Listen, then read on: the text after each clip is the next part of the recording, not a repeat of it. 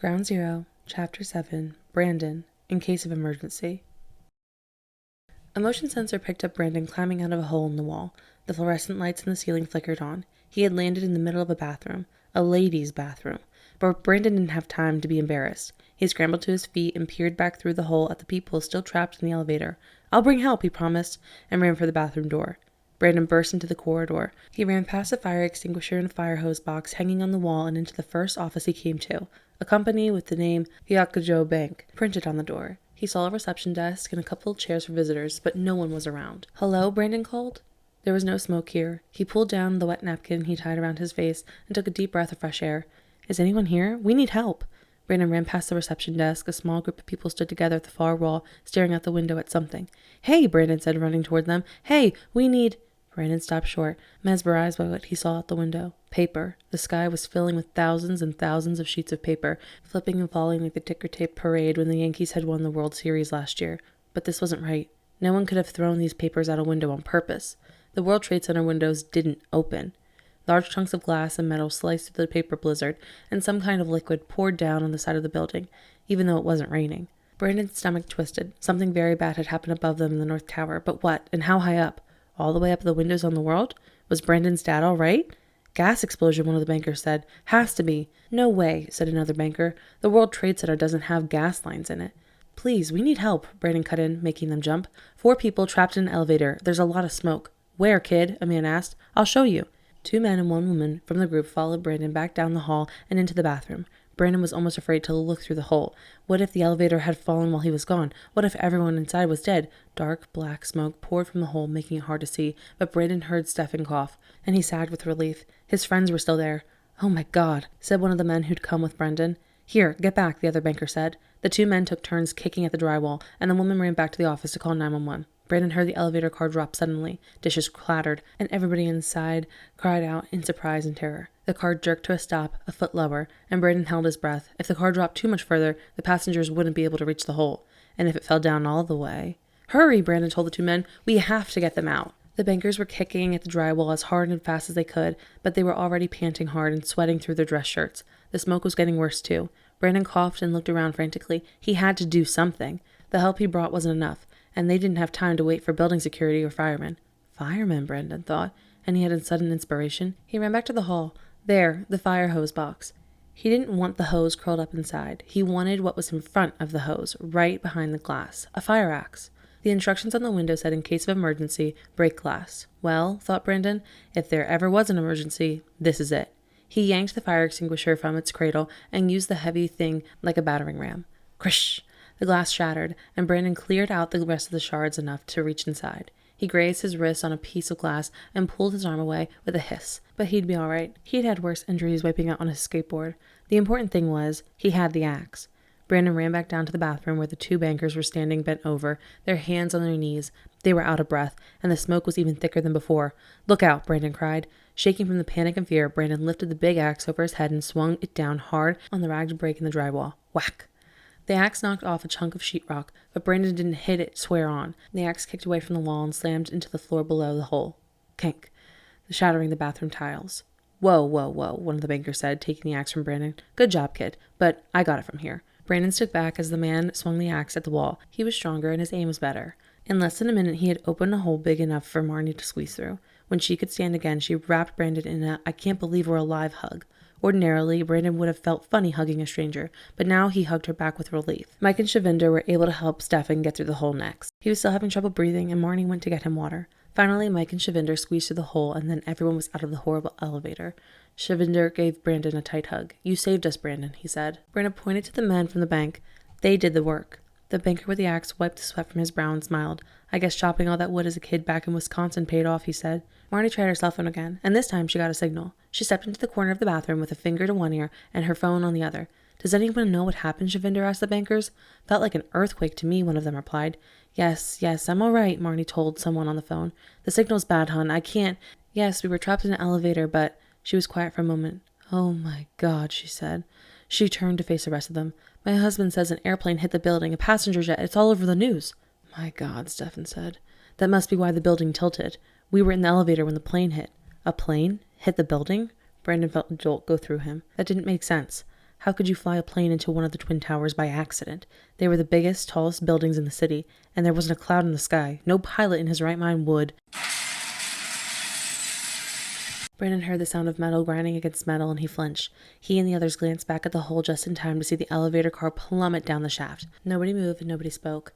Everyone was waiting and listening for the elevator car to hit the bottom, but the crash never came. Or maybe it was just so far down they couldn't hear it. Brandon exhaled and slumped forward. Mike cursed underneath his breath, and Stefan let out a single sob. They had come that close to plummeting to their deaths.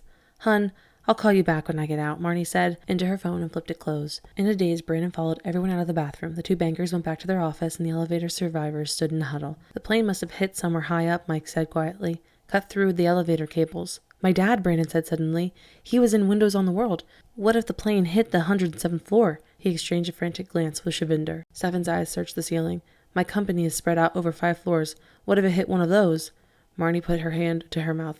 "My company covers 8 floors right above us, and there were half a dozen people at work already this morning."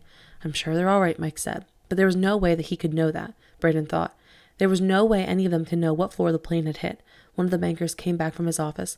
"Claudia got 911 on the phone," he reported. "They said stay put and wait for the firemen." Mike shook his head. "Not me. I'm done. I think escaping the elevator deserves taking the rest of the day off." The other elevator survivors nodded. "I am not getting into another elevator. Maybe ever," Shavinder said. He gestured to the door that led to the stairwell. "It's 85 flights of stairs down, or 22 flights up." "Up? Why would we go up if that's where the plane hit?" asked Mike. "The stairs might still be clear, and they can take us off the roof in helicopters," Shavinder explained. "They did it once before in '93, and it's a lot shorter trip." "I left my purse and things in my office," said Marnie. "You can come back and get them tomorrow," Shavinder told her. Stefan coughed. "I can't go up," he said. "I'm sorry. I'm still having trouble breathing." "I'll help you down. No worries," said Mike. "So will I," Shavinder said. Stefan nodded gratefully, and each man took one of Stefan's arms over their shoulders. Marnie followed them. The bankers decided to stay. Nobody asked Brandon what he wanted to do. Maybe they all just assumed that he would go along with the group from the elevator. But when they entered the stairwell and everyone else started going down, Brandon knew he couldn't go with them. He kept hearing his dad's voice in his head. "Brandon, what do we say about us? About you and me?" "We're a team," Brandon said aloud. "That's how we survive together." Brandon tied the wet napkin around his face and started to climb the stairs up to the windows on the world. Chapter 8. Rashmina, the American Devil. Rashmina took a deep breath and made her decision. "I am here," she told the soldier in English. "I will go and bring my father to help you." "No, wait," the soldier said. "Please, don't leave me. I can't see." He reached out a hand. Rashmina took a step back and shook her head. Then remembered the soldier couldn't see her. "I cannot touch you," she told him. It was forbidden for a woman or a girl to touch a man who wasn't related to her. Anguish and frustration increased on the soldier's face. "Right, of course," he said, lowering his hand. He sniffed, fighting back tears. Rashmina understood why the soldier was distraught. He was badly injured and alone. Rashmina was his only hope for survival, and if she left him now, he couldn't be sure that she would return. She had a thought. "I cannot touch you, and I cannot bring you back to my home without asking my father first," Rashmina said. "Instead, I will walk back to my home very slowly." "No, please," the soldier said again, cutting her off. "Don't leave me." Rashmina huffed. He wouldn't let her finish. "I will walk back to my home very slowly," Rashmina said again, "and I will practice my English out loud along the way. If someone happens to follow me, there is nothing I can do to stop them." Rashmina saw the soldier relax, then nod. "I understand," he whispered. "Thank you." Rashmina turned around and began walking slowly back toward her house. She opened her notebook and practiced her English lessons again. "Thank you for inviting me to the movies with you," she read aloud. She glanced behind her. The soldier was struggling to crawl after her, but at least he was moving. Rashmina kept reading.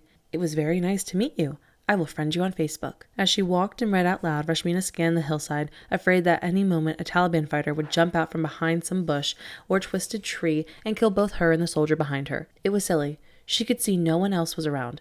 But if she was caught... At last, Rashmina reached her house. The American soldier was still struggling, but he was with her. She led him into the goat pen out back and latched the gate. "Stay here until I bring my father," Rashmina whispered. "You are safe." The soldier didn't answer. He was too exhausted. He lay motionless on the ground as the goats butted him gently. Rashmina ran inside the house. Her grandmother sat still in the women's room doing needlework, and Zahir played in the corner. "Anna, where's Baba? I need him," Rashmina cried. "He just left to go down to the fields," her grandmother said. "What?" she began to ask, but Rashmina was already running out the front door and down the stairs. Baba was slow on his crutch, and Rashmina quickly overtook him. Baba, come quickly, please," she shouted. "There's something I have to show you." Baba nodded, looking concerned, and Rashmina hurried him back to the goat pens. Baba stopped short and gasped when he saw the American soldier lying face down in the dirt. "How did this man come to be here?" Baba asked him. I don't know, Baba, Rashmina said. He must have followed me home when I was collecting wood. Baba's eyes narrowed. Rashmina knew he saw right through her simple lie. I didn't touch him, Baba, Rashmina said. He was hurt, and he asked me for help, and I came looking for you right away, she explained. Shouldn't we help him, Baba? Isn't that Pashtunwali? Baba sighed. He suddenly looked older to Rashmina than he had ever before, and her heart broke at the thought of bringing more hardship to him. She knew just how dangerous it would be to harbor an American soldier in their home, but she also knew that her father was an honorable man. If this man has asked for refuge, he will have it, Baba said at last. Rashmina clasped her father's hand in gratitude. Then she held Baba's crutch for him as he helped the American soldier to his feet. Together, Baba and the soldier hobbled into the house, Rashmina trailing behind them. Anna looked up from her needlework, and her eyes went wide. Oh dear, she said. Morjani, help me, Baba said to his mother, and Anna quickly stood and spread a sleeping mat on the floor. The American soldier let out a groan of pain as Baba lowered him onto it. Where are we? The American soldier asked, turning his head. What's happened? This is my home, Rashmina told him. You are safe. I am Rashmina, and my father and grandmother are here. Anna leaned over and peered at the soldier's wounds. Thank you, the soldier said. My name is Taz. He put his head back wearily on the sleeping mat and suddenly jerked up again. Wait, did I lose it? He asked. He patted at his chest until his hands found the brown stuffed animal attached to his vest. Rashmina blinked. She'd seen the stuffed creature before. This was the American soldier who had led the search of their house. The soldier seemed to relax when he found the toy. What is that? Rashmina asked. My Tasmanian devil, said Taz. He's kind of my good luck charm. Rashmina frowned. The word Tasmanian meant nothing to her. She knew the word devil, but the thing didn't look like any devil she'd seen. Is this what Americans think the devil looks like? Taz grunted a laugh. No, he's a cartoon character. He spins around and destroys things. Rashmina didn't know what a cartoon was, but destroying things certainly sounded American. That's why they call me Taz, he added, for my Tasmanian devil. Rashmina noticed that the word Lowry, not Taz, was sewn into Taz's vest. Most Afghans didn't have family names, but Rashmina knew from her teacher that many other people in the world used them. Lowry must have been the soldier's family name. And what does DTV mean? Rashmina asked. The letters were tattooed on Taz's arm. Oh, Taz said. He pulled his arm against his chest to hide the tattoo, as though he were embarrassed by it. It means, damn the valley. It's kind of my company's slogan. This valley. It kills our friends and ruins our lives, he said sadly. Yes, Rashmina said quietly. It is the same for us. Will he live, Morjani? Baba asked Anna. Anna looked up from Taz's blood-stained leg. I don't know, she said. He is badly wounded and needs a hospital. Rashmina knew that wasn't going to happen. The nearest hospital was in Asadabad, more than a day's walk through the mountains full of Taliban. Marzia came in from the front room with an armful of wet clothes. She saw the American soldier laid out on the mat, dropped the clothes on the dirt floor, and screamed, Foolish girl! More scolded, following on Marzia's heels. Now we have to wash all those over again. More froze when she saw the American soldier. Taz seemed to sense that he'd been discovered by the rest of the family and stayed tensely quiet. No, her mother cried. No, no, no, no. Rashmina gulped. She'd known her mother would be furious, but Rashmina had to help him. It was Pashtunwali. Her mother had to understand. He asked me for help, Rashmina said. Moore's eyes flashed to Rashmina. Rashmina, you foolish girl, she hissed. You have brought death to this family. You have brought death to this entire village. Her mother's words stung as if she had slapped her. Rashmina tried to argue, but her mother turned and marched back into the kitchen. The front door banged open, startling Rashmina. A moment later, her brother's voice came in from the front room. Everybody, you'll never guess what happened. Passoon, he was back. A chill ran down Rashmina's spine. She had never feared her brother before, but lately Passoon had grown angrier and angrier about the Americans. If he saw Taz in their house now, there was no telling what he'd do. Rashmina ran into the front room to intercept her brother. The Taliban ambushed the Americans and the ANA just like they said they would, Passoon crowed. He circled the room, wrapped up in the memory of what he'd seen. They killed them all and dragged their bodies away. Rashmina bit off a gasp. The Taliban wouldn't distinguish between soldiers and their translator, especially not the female one. That meant Miriam. Rashmina hiccuped a sob and then swallowed her grief. She couldn't let Passoon think that she was crying over dead Americans. They even shot down an American helicopter with an RPG, Passoon said. He mimicked the sound of a rocket-propelled grenade streaking across the sky. Shh! Passoon paused before he could say boom over Rashmina's shoulder. He caught sight of Anna and Baba and Marzia huddled in the next room. What's going on? He asked. Rashmina tried to move to block his view, but Passoon pushed past her. Rashmina raced after him, but it was too late. Her brother stopped and glared down at the American soldier, his face twisting into an angry scowl. What is that doing here? He cried. He's wounded. He can't see, Rashmina said. He needed help. Did you touch him? Passoon cried. No, he followed me here. Rashmina turned to her father for help. But it's Pashtunwali to help him, isn't it, Baba? To give him refuge, even if he's an enemy? So is revenge, said Passoon. Or have you forgotten that they killed our sister? Rashmina glanced over at Taz. It was clear the American didn't understand what the family was saying, but he could sense they were arguing. He didn't kill her, Rashmina said. If he didn't do it, his people did, Bassoon said. He probably killed somebody else's sister. We should turn him over to the Taliban. No, Rashmina cried. Enough, said Baba. This man has asked us for our help, and so we will help him. Rashmina raised her chin to her brother, triumphant. I can't believe it, Bassoon cried. They're the terrorists here. All of them. They just call it a war. And you let one of the terrorists into our house. If you are not going to tell the Taliban, I am. No, you're not, Baba told him. While you live under my roof, you live by my rules. Then I no longer live under this roof, Bassoon yelled, and he stormed out the back door. Rashmina started to follow him, but Anna reached for her hand. Let him go, Minajan, she said. He just needs to blow off a little steam. Rashmina nodded. Bassoon had often stormed out after arguing with Baba, but he always came back. But what if this time it was different? Rashmina, Tess asked at last. Are you there? What's going on? I'm here, Rashmina said in English. My father offers you refuge in our house. I thought I heard someone say Taliban, Taz said. He's not going to turn me over to them, is he? Rashmina translated Taz's question to her father. Tell him that even if there are only women and children left alive to fight in our village, we will not let the Taliban take him, Baba said to Rashmina. He is under our protection now. Women and children might be all that were left, Rashmina thought, along with a few old and wounded men. The very people they were swearing to protect Taz from were the village's sons and nephews and brothers, who had left to join the insurgents in the mountain. Rashmina translated her father's assurance for Taz. Wow, thank you. Manana, Taz said in a badly accented Pashto. Thank you. There's no guarantee the Taliban will respect Pashtunwali, Baba said, and the longer this man stays here, the longer he is in danger to himself and us. He must be returned to his people as soon as possible. My friends will come looking for me, Taz said, the other soldiers who were here with me. The other soldiers are dead, Rashmina told him. She hated to be so blunt, but she didn't have the words to say it more gently. So is an Apache, she said. She didn't know the English word for helicopter, but she knew Taz would understand. Her teacher had taught her that the Americans named their flying death ships after tribes they had conquered. The Taliban killed them all and took their bodies, Rashmina said. I am sorry. Taz laid back, stunned. The other American? Him too? I think so. Yes, said Rashmina. Tears welled in the corner of Taz's blackened eyes. That guy was my brother, Taz said. They all were. And today, of all days. The Afghans. And the women also? Miriam? She was your brother? Rashmina asked. Not my real brothers. I trained with those men, that woman, for a long time, and they were like my family, my people. Do you understand? Your tribe, Rashmina said. Yes, said Taz, my tribe. He wiped his eyes. Tell your father my radio is broken, and if my people think the Taliban killed me and took me away, they won't come back here looking for me. Rashmina translated for her father, and Baba nodded. I must go and tell the other families in the village, he said. They must know what we have done. Then I will go to the ANA base and tell them this American is here. They can let the Americans in Asabad know. Rashmina looked at her father in surprise. The base was almost 5 kilometers from here. It would be a hard journey on foot for anyone, let alone a man on a crutch. Someone else should go, Baba, Marzia told him, speaking up for the first time since she'd seen Taz. Their father shook his head. It must be me. Our family has offered this man refuge. He is our responsibility.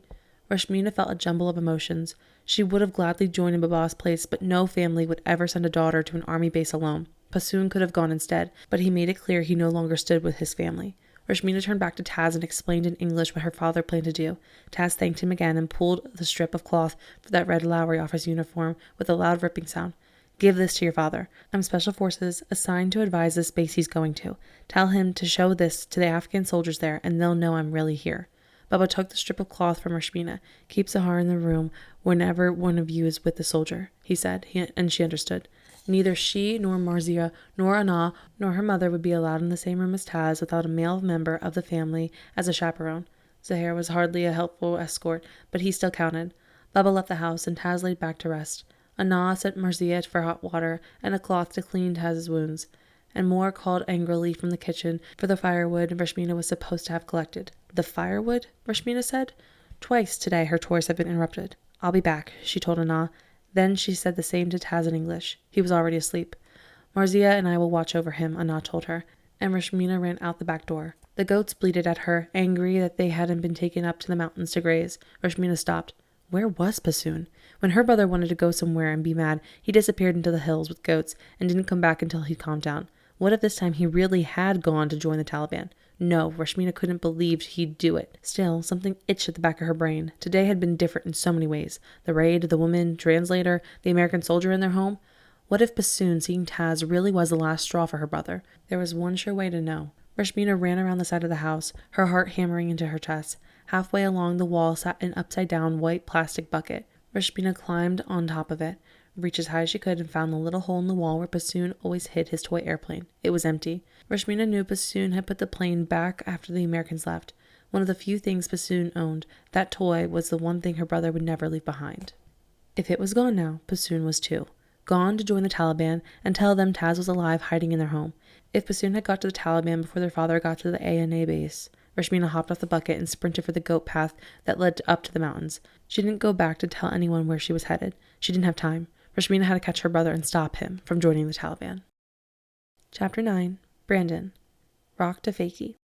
Brandon stopped to catch his breath. The narrow stairwell was well lit, with white walls and gray steps outlined in what looked like a glow-in-the-dark paint. Railings ran down both sides, and at each floor there was a metal door with a small sign telling you where you were. This was stairwell A, and right now Brandon had it all to himself. It was hot and stuffy, and there was a tinge of smoke in the air. Sweat beaded on Brandon's forehead, and he wiped it away. He was only on the 87th floor. It was time to get moving again.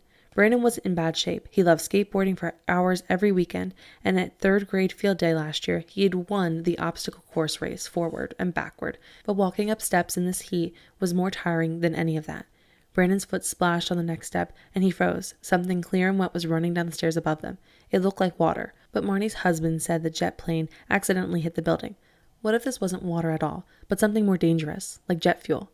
Whatever the stuff was, more of it came cascading down the stairs, creating a little waterfall, and suddenly Brandon was surrounded. He couldn't go up or down without splashing through it, and he had to go up to get to his dad.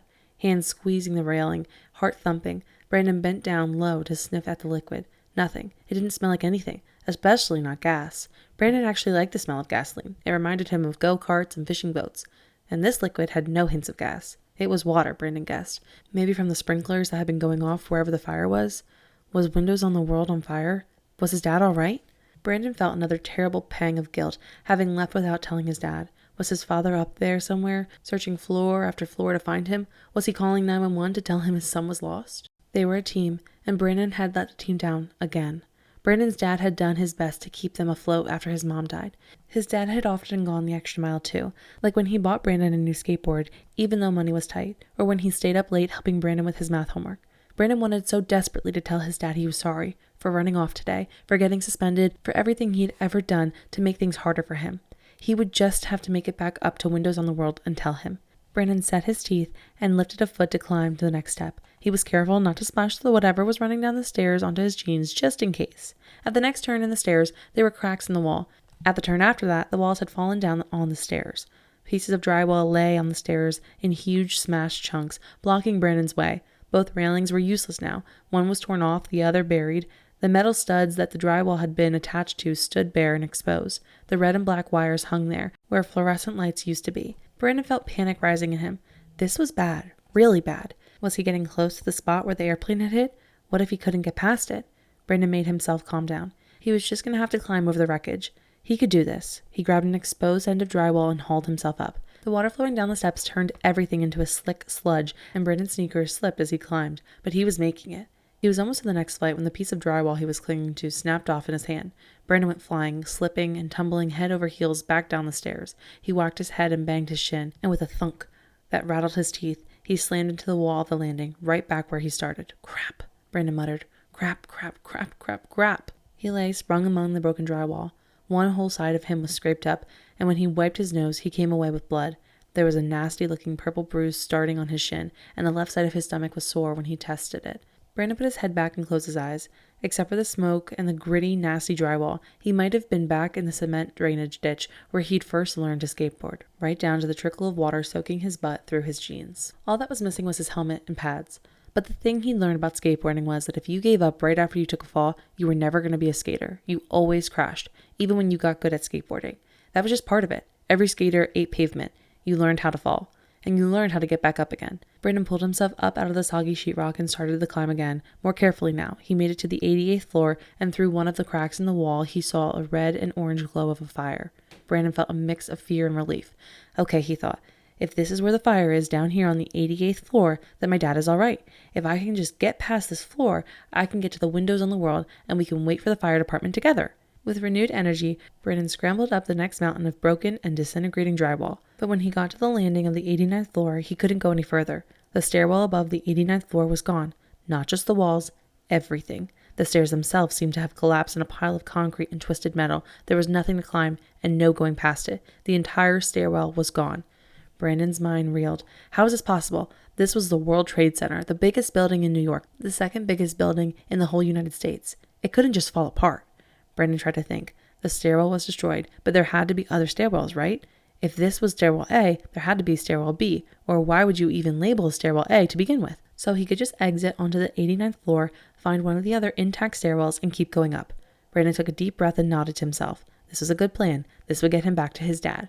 The door on the 89th floor was a little bent, the way a cheap plastic chair warped when somebody big sat in it, and broken sheetrock crowded the floor in front of it. Brandon kicked at the wet drywall to clear a path, and then pulled on the bent door. It wouldn't budge. Brandon put his feet on the wall, going vertical like he was doing a rock to a fakie, a skateboarding trick where you came all the way up to the top of a half pipe, pop half your board over the rim, and then rolled down again backward. Brandon pulled with his arms and pushed with his legs, and with a wet screech, the door scraped open just far enough for him to squeeze through. Brandon jumped down to his feet and panted. Through the narrow opening in the doorway, he could see a bright light and feel a blast of fresh air. Yes, score one for the skaters. Brandon slipped sideways through the gap and froze. The 89th floor was gone. Brandon was staring straight out into the open sky.